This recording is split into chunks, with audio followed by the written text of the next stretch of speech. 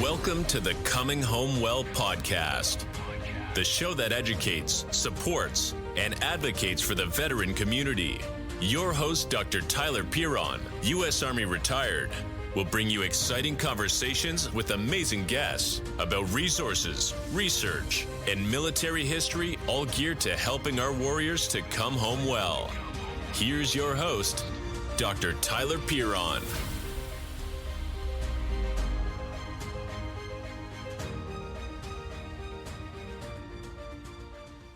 Welcome back to Coming Home Well. I'm your host, Tyler Piron, and today we are going to have someone who does a lot of things for a lot of veterans. His name's Bob Taylor, and he flew in B-52s. He was a navigator, radar operator, all the things that make the B-52 such a great thing. He served in Desert Storm, and then after he left service, he said, I got some things I need to work out.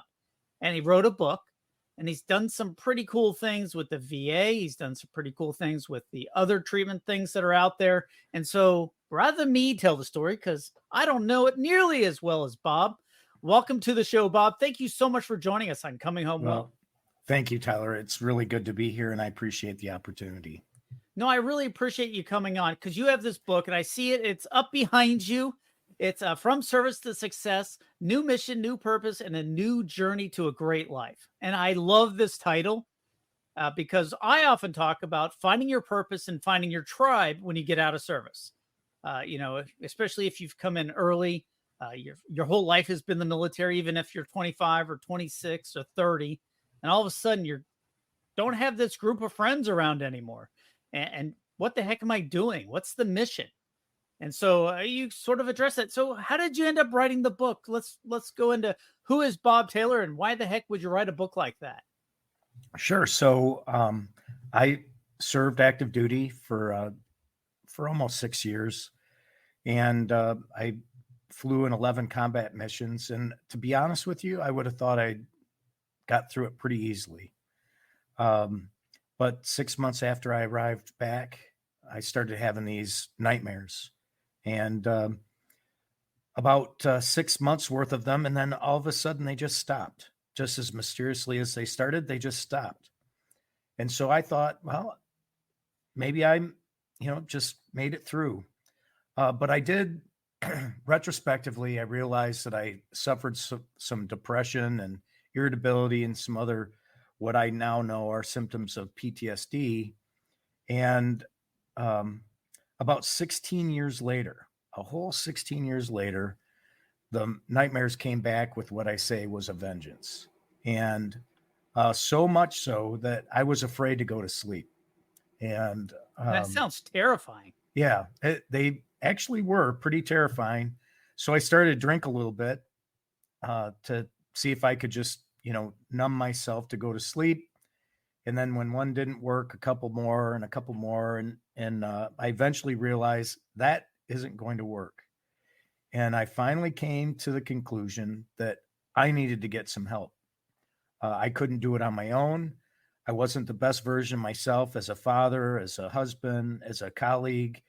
It just wasn't going well. And I got myself behind the 8 ball. So I went through the rigmarole to get into the VA. And I went through things like a sleep study that showed that my legs were jerking at night when I slept about 270 times an hour. So no matter what I did, I was not getting restful sleep. And so the human body is not designed not to sleep. No. So it causes all sorts of problems. It really does. And it just it builds. These problems just build on themselves. And so I was fortunate in that I think I had one of the best psychologists that I've ever met, and I started to get help. Mm-hmm. And things started to improve over time. And then I realized, you know what? Maybe I'm not alone. Maybe I'm not the only one that has had this experience. And so I started doing a lot of research. And I ended up spending about 6 years researching and writing this book you brought up when we leave, we need to find a new mission, a new purpose, and a new tribe. And we need to do things as veterans that take care of ourselves and help us to become the best version of who we are. That's very true. And so you had these symptoms initially, you got out of the service, they kind of went away and lay dormant for 15, 16 years. That's a long time, but this is a very common story that I've heard from people from every generation. The Vietnam veterans, some of the World War II folks, Korean War. I mean, every veteran era has had these where, like I just had to stuff it down deep inside and sort of suppress it to get all the things I need to do in life. But eventually it comes back because you never really fixed the core problem. So you recognize there's a core problem. Then what? You talk to a psychologist and then boom. Yeah. What you said is pretty much what we do. When I described the first combat mission I went on, a lot of things did not go the way that we planned. We lost an engine. The pilots had to deal with that. We lost our navigational system. We had to reboot that over the Indian Ocean. We had 9.5 hours of flight just to get to our target. And when we got there, it didn't go just as planned. 90 seconds before we struck the target, the enemy started shooting at us. The enemy gets a vote. They do. Yeah, they weren't real pleased that we were coming after them. And so the way I look at it is we took all those experiences at the time and we just kind of put them in a package and set them up on a shelf and just left them there so that we could come back in a couple days and do another mission. We just kind of put this stuff onto these shelves thinking, okay, I can just move on. Well, our subconscious minds kind of keep track of all those little packages that we put on the shelf. And later on, at a time not of our choosing, our subconscious minds decide, I'm going to open this package and we're going to deal with it. And so a lot of the things that we deal with are not because of our choosing. They're not at a time and a place, but one way or another, our minds are going to find a way to deal with it. And we're not prepared as service members on how to properly open those packages, how to deal with them. And that's the biggest fallacy. I keep telling veterans, look, very little that we do in the military is as an individual. Almost everything we do is as part of a team. Mm-hmm. I was on a 6-member B-52 crew. We went everywhere together as a crew. We practiced for the mission. We studied for the mission. We did everything together as a team. And then suddenly, when we get out of the military, all these veterans think that they have to solve their problems on their own and isolate themselves. And it's the exact opposite of what we need to do. We are part of a team, whether we're in the military or we are out of the military. And we have to get to the point where we're comfortable saying, I'm not okay and I need help. That's the biggest thing, is asking for help. And a lot of people are like, oh, that's a sign of weakness. It's a sign of massive strength to say, hey, I need some help with this. We wouldn't think twice about trying to lift up some heavy piece of military equipment or a bomb or some other thing that's really heavy and say, hey, can you give me a hand with that? Oh, of course not. But then when we talk about, depression or PTSD or something isn't quite right, and we don't have to even put a label on it, saying, hey, something isn't right, I need some help. All of a sudden, people are like, oh, I'm not going to do that. But I think people are becoming a little bit more amenable to that. I know in the younger folks, they definitely are. But a certain age, probably in the last 20, 25 years of service, that wasn't the case at all. And prior to that, not at all, period, ever. My wife and I were on a vacation over in Europe, and I met someone that was in the Vietnam War and suffered from depression for 40 years. Mm-hmm. And had the chance to read my book, and we just started a conversation. back and forth a dialogue about what his experiences were. And he started asking me based on the book about different strategies and things like that. And it just made me feel so confident in the message that I'm giving out. The whole reason that I wrote the book, I wake up in the morning and I can tell you right now, in my top 10 list, there is not a line item that says talk about my own mental health challenges. Yeah, no, It's that's just not that's not not on in my top. anybody's. No, but I do it. I do it gladly because it leads to other people sharing their stories with me and opens up a dialogue where people start to talk about, I experienced this. I had trouble with alcohol. I had trouble with nightmares. I had trouble keeping a job. I had trouble with my relationships. The thing I started to realize in both my research and now as I talk to veterans is, for everyone that thinks they're alone, there are 22 million veterans in the US. About half of those struggle, whether it's with a job, relationships, PTSD. It's some kind of struggle. And when you realize it, you're not alone. You're part of 11 million people that are going through life trying to figure out a path through these struggles so that they can come out on the other side. And the more we try and do it as an individual, the thing I say is, when we try and soldier through, the people that suffer for that effort, for our kind of lackluster effort, even though we're doing our best to soldier through, the people that suffer are friends and family. The people that care about us most are just at a loss of how to help us, and we don't invite them in. And so, as much as we think we're doing everyone a favor by trying to do it on our own, we're actually, because we don't reach out, we then become the problem.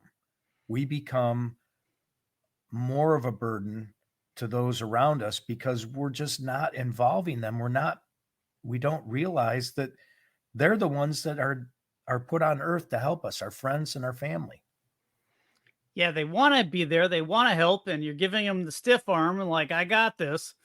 But in reality, all you're doing is giving them the stiff arm, and nobody likes to be pushed away. And that's a fact, but it's also a big challenge for folks to go get help and to sort of get on that healing path. And you mentioned something really interesting, which I think is really core to this, is about self-forgiveness and then also healthy living habits, because those two things go hand in hand. Obviously, we see a lot of self-medication with alcohol and drugs. And I've even seen it with exercise, where people were just so fanatical in the gym.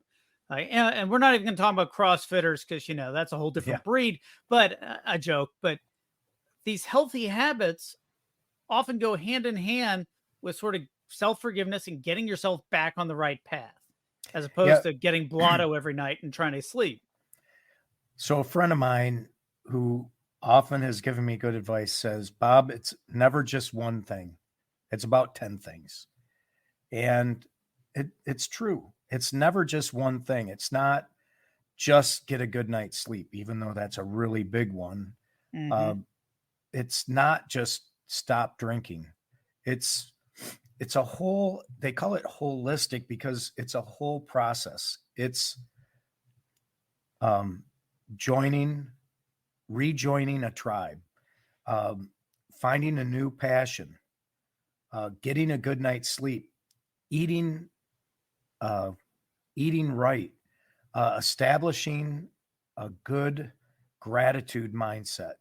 A grateful mind, if you're practicing gratitude, it's impossible for two ideas to simultaneously occupy your mind, one of gratitude or one of wallowing in misery.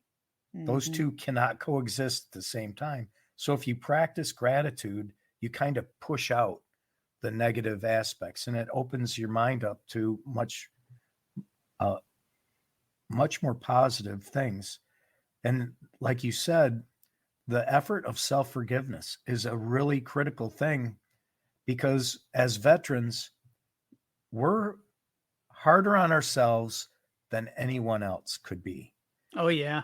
And people blame themselves. Well, if I would have been on that mission, John wouldn't have died, or, I should have been there. I could have been there for that person. All of those things, that the person that sacrificed their life, the last thing that they would want is for the veterans around them to suffer because of that sacrifice. Mm-hmm. And so we need to kind of put some of that stuff in perspective, not hold ourselves accountable, forgive ourselves, and realize our best days were not a period when we were in the military, but our best days are in front of us.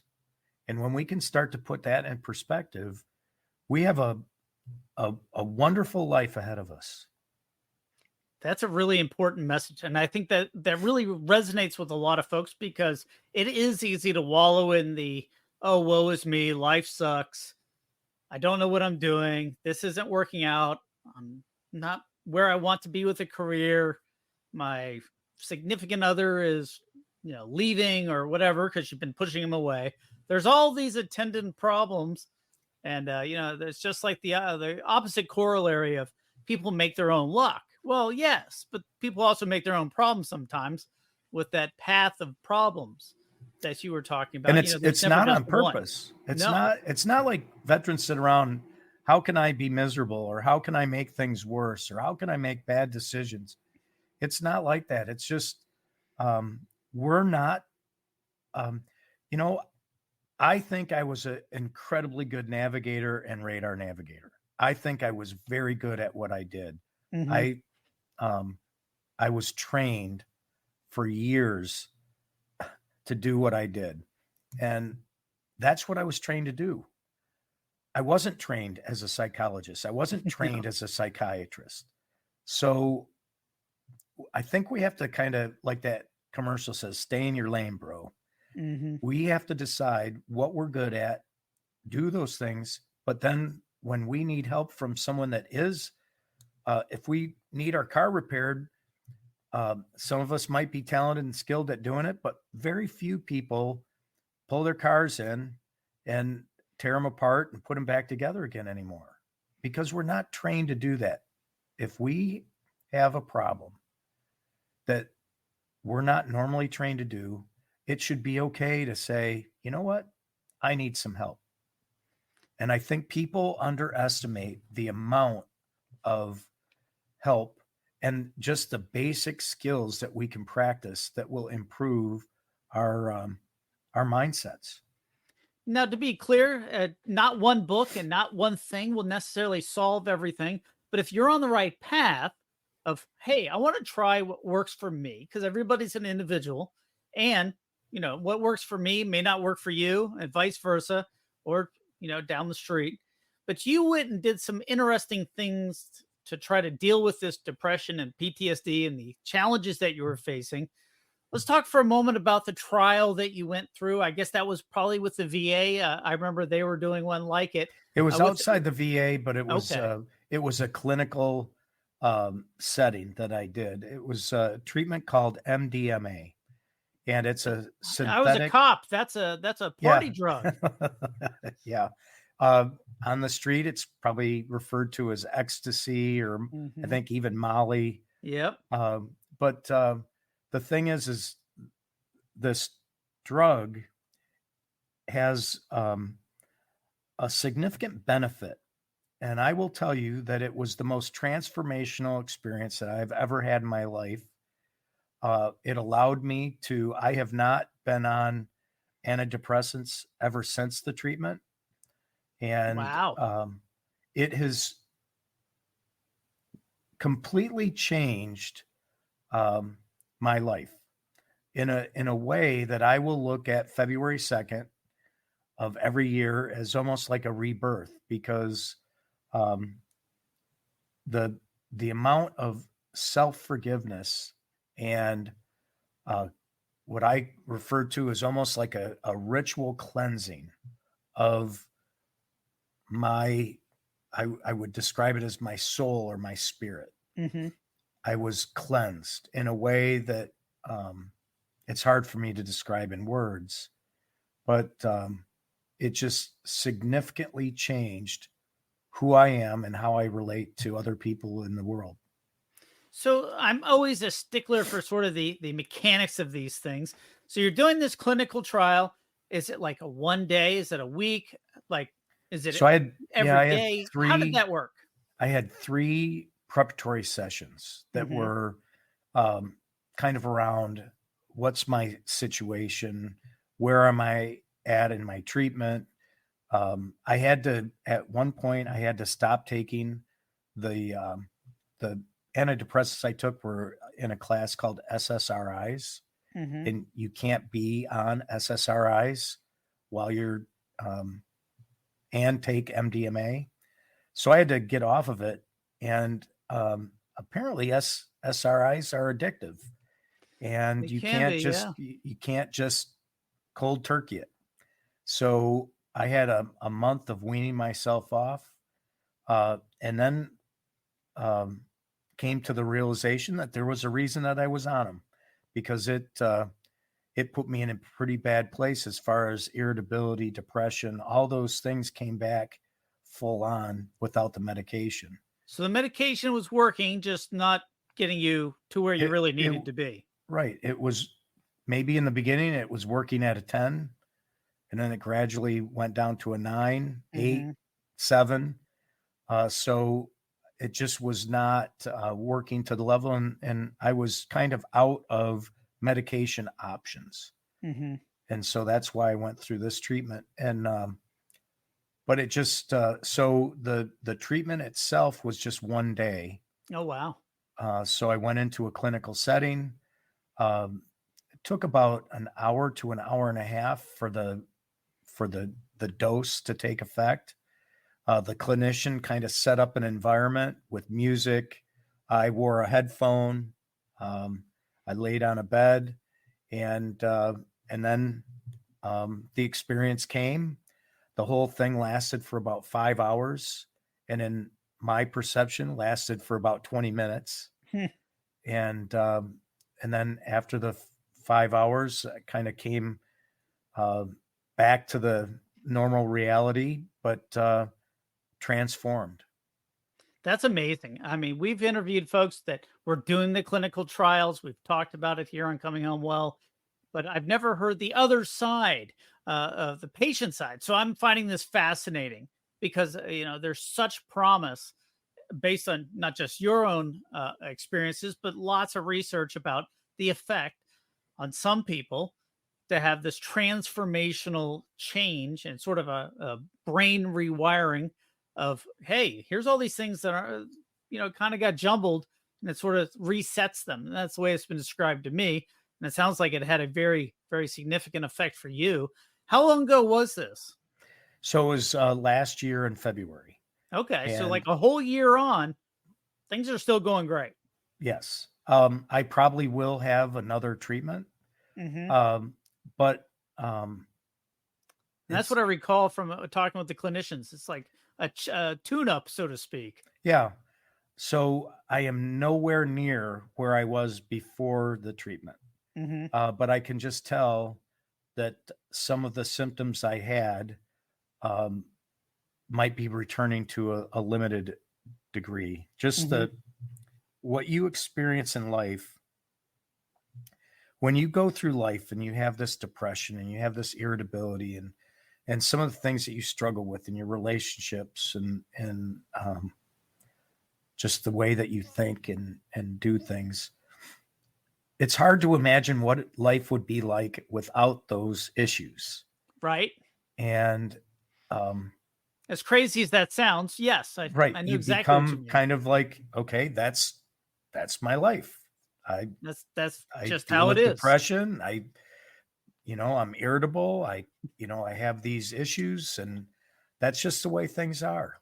And when all of a sudden those issues are gone and you can experience a relationship in the way that I think we were designed as humans to experience a relationship, it was Hmm. wonderful. And that's what I want people to understand is when I talk about a new journey to a great life, there are experiences in relationships, and there are success, however you define success. There are paths to success in experiences in life that you can't even imagine. And that's what I want veterans veterans have the raw materials that you need to succeed in life. Oh, absolutely. They have the discipline, they have the dedication, determination, they have the ability to just kind of, I call it like paratrooper in and just figure it out. Yep. They're great at leading and taking responsibility and doing all the things. These are all the raw materials of what any person with great success has. Mm-hmm. So there's no reason for a veteran to simply struggle. Nope. And no, this is and just to get just crazy, just to get by, right? Just some people are just getting a job so that they can figure out how to get to the next day, and there's so much more available to them.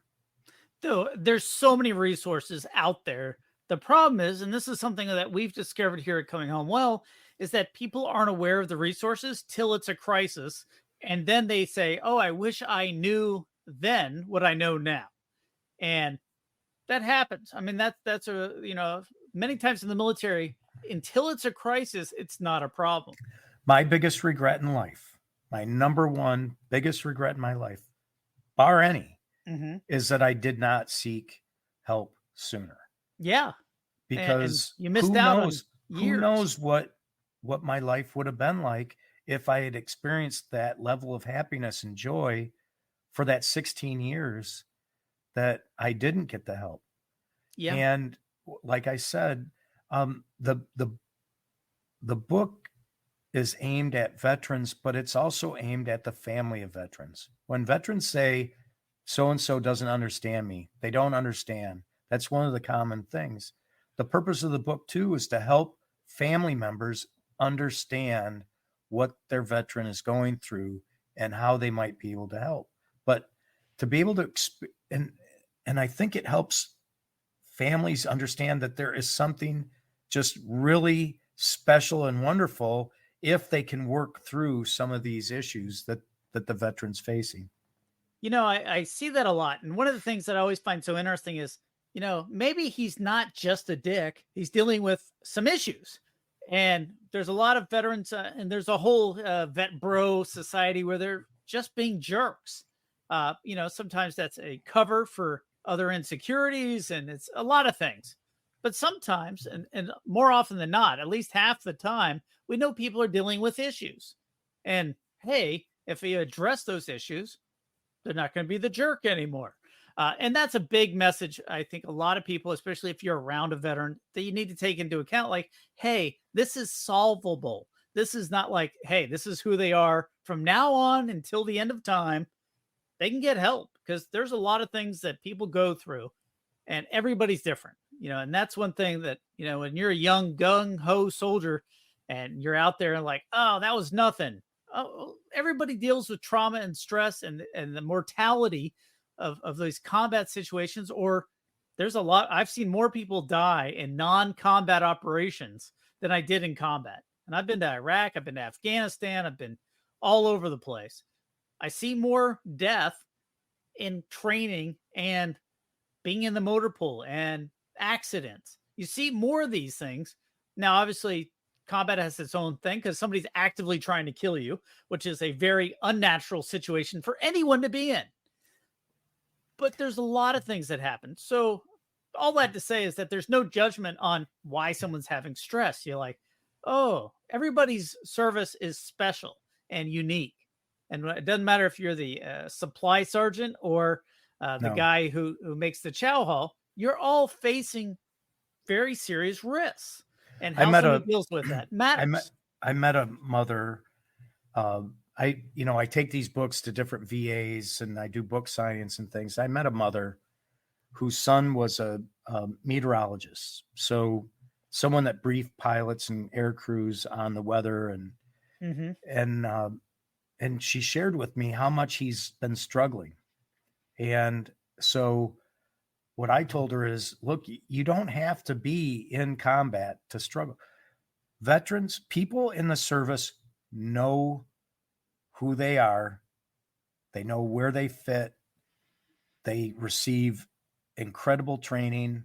They're part of an important mission. They're doing things at the highest level, probably more than what they ever thought possible. And then when they leave, that just stops. And then they have to figure out, who am I? What should I do? I was doing something that was really important. Is there anything available that's really that important? Mm-hmm. And so those aren't just minor life struggles. Those are major life struggles. And you said there's not just one thing that we can do. There are several steps that we have to do. There are several things that we can do to get better. The one thing, Tyler, that kind of seeps into my mind is in 2023, the incidence of suicide increased. So there's 48,000 veteran service organizations. And in spite of all that effort and the number of people that care and the number of people that are really trying to help veterans, the numbers went in the wrong direction. Yeah, they were going down for a few years and spiked right back up. And that's really upsetting. And I mean, upsetting is a really inadequate word. But just I think right. And I think, okay, I've got this book. Donations are coming in and I'm able to get these into the hands of veterans, and we're starting this dialogue, but I wish there was more. I wish, and is my book a cure? No. Is a psychologist a cure? No, but it's a path. I asked a psychologist, I said, hey, how many veterans, if they come to see you and you create a care plan and they follow it? She said, they follow it? I said, yes. They follow the care plan. How many of those veterans get better? She said, everyone. She said, not all better. Everyone that comes to me and follows the care plan and does the work, every one of them get better. And 35% of any veteran that goes into the VA, every veteran that goes into the VA has a 35% less likelihood that they'll take their own life. That's true. And so my book isn't a cure, but it's a step. And if I can get a veteran, any veteran, to take one step away from suicide, that's a win. All we need is for them to take one step away instead of a step towards. Absolutely. And so we don't have to fix the whole world. We just have to get a veteran, instead of taking a step towards, take a step away. And that's what I'm trying to do. That's a great way to put it. No, that's absolutely fantastic. We're talking with Bob and his book, From Service to Success: New Mission, New Purpose, and a New Journey to a Great Life. I love the title. I've said that before, because we talk about, purpose and mission and tribe and sort of like, who am I? And I've talked a lot about what you did is not who you are. And a lot of people, whether in service, that's their entire identity. We've all met people that that is every bit of their being at all times. And then when they leave service, those are the ones who have the biggest challenge, because their entire identity is wrapped up in their job or their rank or their duties or something. And they've stiff-armed everybody around them, all their family, all their friends, because that was my identity. And now they're really struggling. You see that a lot of where people are in the early 40s, they're retiring, and all of a sudden they're having heart attacks a few years after they leave service. You're like, that's crazy. You should be out there enjoying it. You also see it with depression, and you also see where people aren't able to fit in. So I really like Bob Taylor's book here. It's fantastic. There's a number of things to go check out. If you go look through the book, it's available on Amazon. It's super easy to find. If you're looking on YouTube, you can see it right behind him. So I really appreciate that. Bob, you also do something that I find really interesting. What is the Patriot Promise Foundation? So the Patriot Promise Foundation was formed specifically with using the book as a roadmap. Mm-hmm. So, like I said, in my research, I realized I'm not the only one. I found out the problem is much greater than just a few. And so what we identified is there's a process that we can take that start heading veterans in the right direction. So when a veteran comes to us, we'll get them into just a quick health check. How you doing? You getting sleep? Mm-hmm. Are you or are you struggling physically with anything? If you are, then we'll just point you in a direction. We're not going to try and take care of you. Same thing with a mental health check-in. That's just, where are you? How you doing? If you need help, here's the VA. Here's other resources of help. And then the other thing we're doing is we're building a program to reprogram veterans with new life skills using the book as a roadmap. So how do you start practicing gratitude? How do you practice self-forgiveness?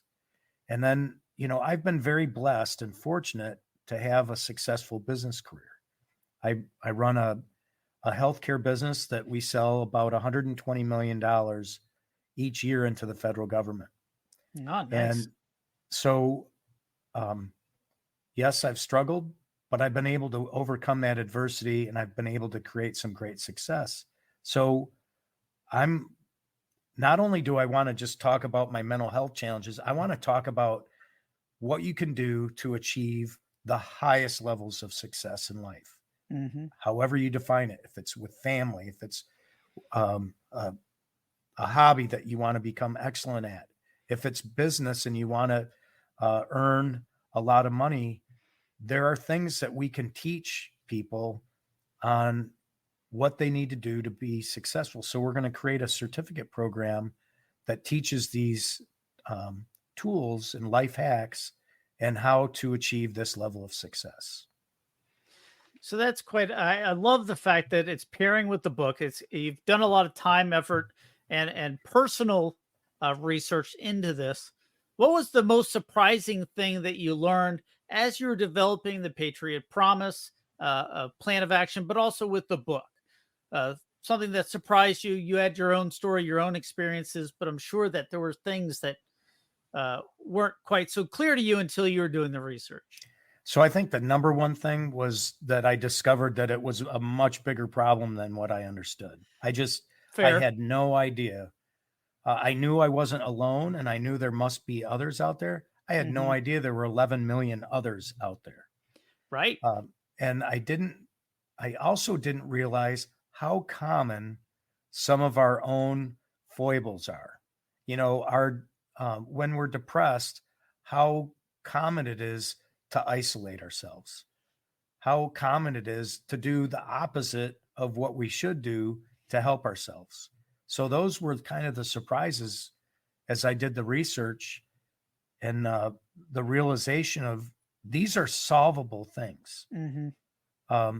I've met a couple people that are struggling tremendously and need significant mental health care. And I'm not programmed to be able to help those people. But for the most part, what people are dealing with after service is absolutely trainable. You can, just like you were trained to do your mission, you can be trained to succeed in life. And I think that's a phenomenal lesson that I learned. That's fantastic. I'm always interested in the insights because, whenever we have a hypothesis, like I'm going to go do this research and I never know if you're doing science right, if you're doing research right, you should be surprised. And that's one of the things I'm always most curious about is what were the surprises? So that's a good one about finding, hey, I'm not alone. I knew there were others, but there's 11 million other people too. This is not nearly hidden away. It's not an unknown problem. You're not like one of 3 in the country. Right. Yeah. It's like, hey, you have a lot of people around with you. So I'm a big fan of the VA. I know a lot of people have had challenges with the VA and we all have. It's like any other bureaucracy in the world. It's like dealing with the IRS and the DFAS, the military pay people, all at the same time. It's a challenge, but it's like every bureaucracy. If you work it, it'll work for you. Well, I tell veterans, what part of your mission was easy? Mm-hmm. Getting into the military, not easy for a lot of people. Right. Getting fully trained, not easy. Doing a mission, going to combat, stuff was not easy. So why suddenly, when we get out, should we expect that everything should come easy to us? If you decide that you need to go to the VA, it is not going to be easy. I'm sorry. It ultimately will provide great benefit to you and your entire family. It's worth it. It's worth the extra effort, the forms that you have to fill out, the visits that you have to make. But like you said, it's almost identical to everything that we do while we're in active service. Yeah, it's if you don't ask, the answer is always no. That's something I always tell my kids. Like whether it's applying for a college or doing some event or going for a sport, if you don't try, the answer is going to be no. And actually, sometimes when you ask, you get told no the first time. Yep. And if you don't try, it's always going to be no. The answer still might be no, but at least you're trying. And then you say, okay, I need to change this. I need to do this. Yep. I need to provide this. I need to show up to the appointment that I blew off. Whatever it is, because I've seen it all. I'm sure you've seen quite a bit as well. So you've got the Patriot Promise and the book, again, which is available on Amazon, From Service to Success, New Mission, New Purpose, and a New Journey to a Great Life. It's kind of long, so I have to read it. I don't have it memorized. Sorry, Bob. It's all right. Hey, Bob, we've talked about a lot of things, but I'm sure there's something that I haven't asked about. What should I have asked you about but haven't?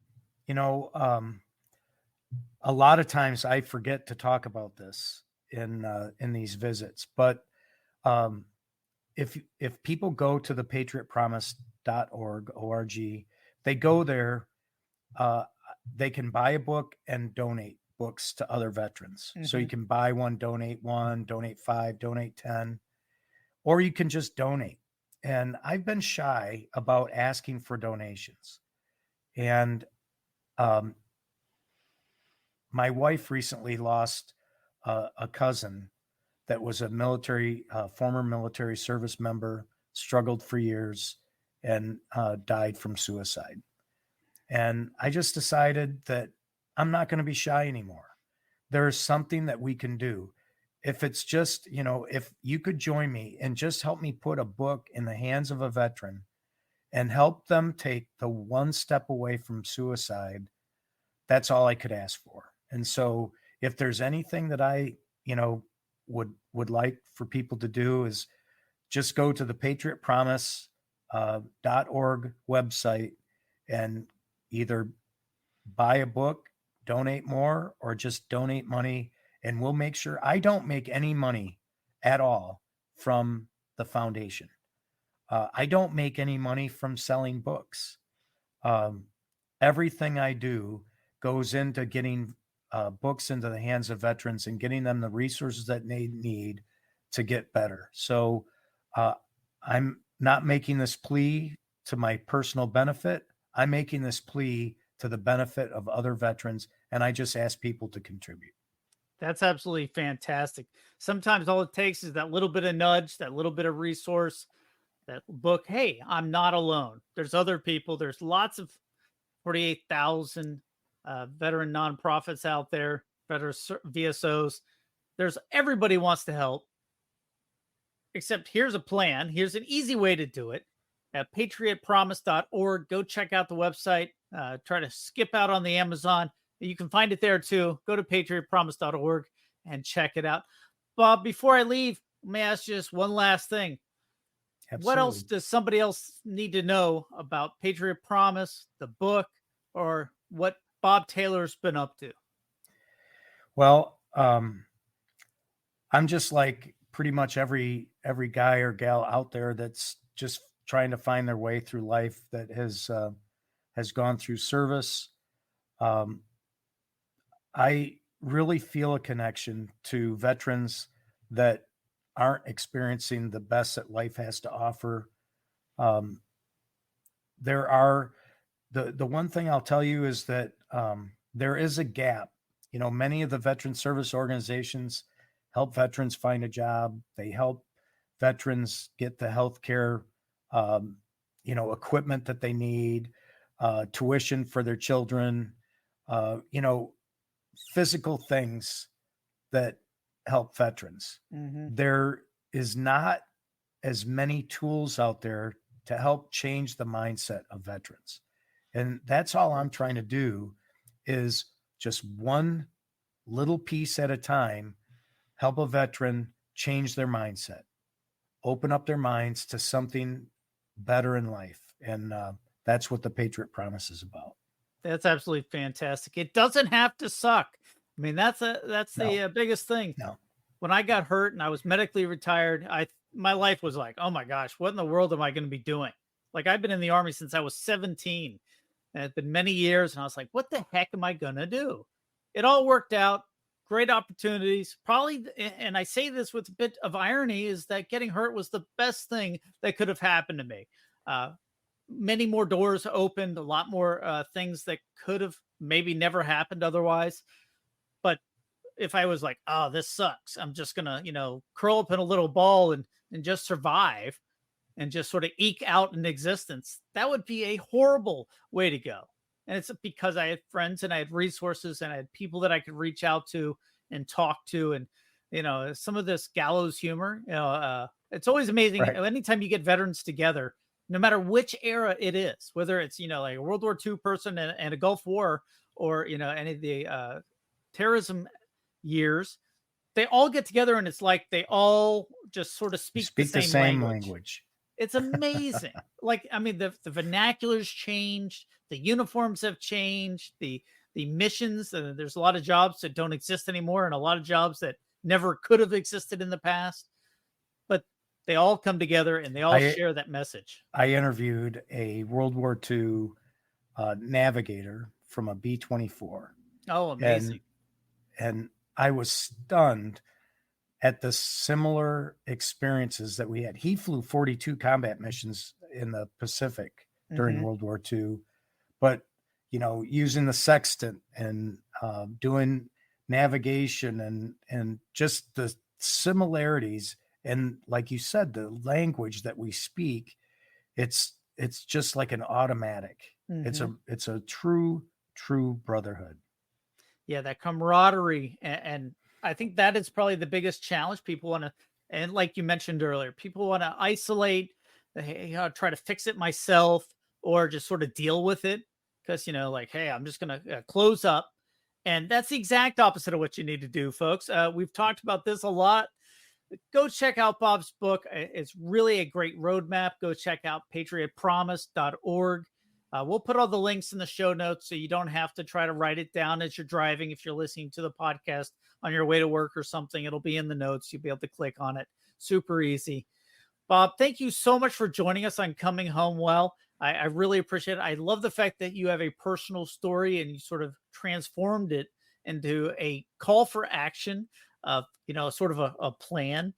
People like plans in the military, the 5-step military decision-making process, the orders process. We all know it. And it's a lot easier to follow steps than it is to say, oh, crap, I have no idea which way I need to go, what I need to do. Having a plan is like the first step to action, right? Right. Well, Tyler, I do want to thank you very much for the things that you do. First of all, very gracious host, very welcoming, made this very easy for me. I appreciate that. And I'm very happy for you. I can tell you're doing something that is greater than just yourself and that you found a true mission for yourself. So I'm happy for you. Thank you so much. Bob Taylor from Service to Success, new mission, new purpose, and a new journey to a great life. Also involved with the patriotpromise.org. Bob, again, thank you so much for joining us. Thanks for joining us this week on Coming Home Well with Dr. Tyler Piron. If you enjoyed this episode and you'd like to help support the podcast, please share it with others, post about it on social media, or leave a rating and a review. Thanks again. And until all are home and all are well, this is Coming Home Well.